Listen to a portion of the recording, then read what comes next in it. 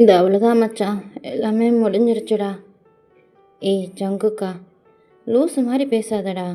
டேங்கை பற்றி எங்கள் எல்லாரையும் விட உனக்கு நல்லாவே தெரியும்ல. தெரியும் மச்சான். அதனால தான் சொல்கிறேன். அவன் அவங்க அப்பா என்ன சொல்கிறாங்களோ அதை தான் மச்சான் பண்ணுவான். நான் அவனை சும்மா ஃபோர்ஸ் பண்ணித்தால என் கூட இருக்க வச்சுருக்கேன். அப்புறம் எப்படி அவன் என்ன சூஸ் பண்ணுவான்? ஹோ, அப்படி நினைக்கிறீங்களா நீங்கள் மிஸ் ஜீனோ ஜங்குக்? வெரி பிளாக்கு, நீ பேசிக்கிட்டு இருங்க. நாங்கள் எல்லோரும் வெளியே வெயிட் பண்ணுறோம். All the பெஸ்ட்டடா.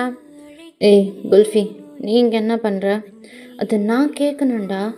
என்னை பார்த்தா உனக்கு எப்படா தெரியுது? அப்பா பேச்சை கேட்டுட்டு நான் இன்னொருத்தனை கல்யாணம் பண்ணிக்கிறேன்னு நினைக்கிறியா? இல்லை இதுதான் சான்ஸ்ன்னு எனக்கு கழட்டி விடலான்னு நினைக்கிறியா? மவனை, எப்போ நீ எனக்கு லெட்டர் எழுதி வச்சியோ அப்போயே நான் ஃபிக்ஸ் பண்ணிட்டேன். ஆனால் ஜீனோ டேங் மட்டும்தான் ஆகணும்னு. வேறு ஏதாச்சும் பிளான் பண்ணி என்னை கழட்டி விடலான்னு பிளான் பண்ணின்னு வச்சுக்கோவேன். அவ்வளோதான், பிளாக் அசிங்கப்பட்டான்ற செய்தி தான் வரும். ஏய், என்னடா சொல்கிற?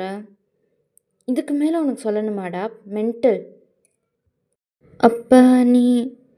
ஆமாம், I love you Jungkook. I love you so much my dear cookie. போதுமா? ஐ லவ் யூடா Kulfi. I love you so மச்டா. சீரியஸாவா சொல்கிற குல்ஃபி?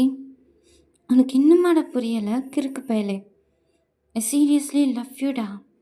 ஐ ready to be Jeno Tang.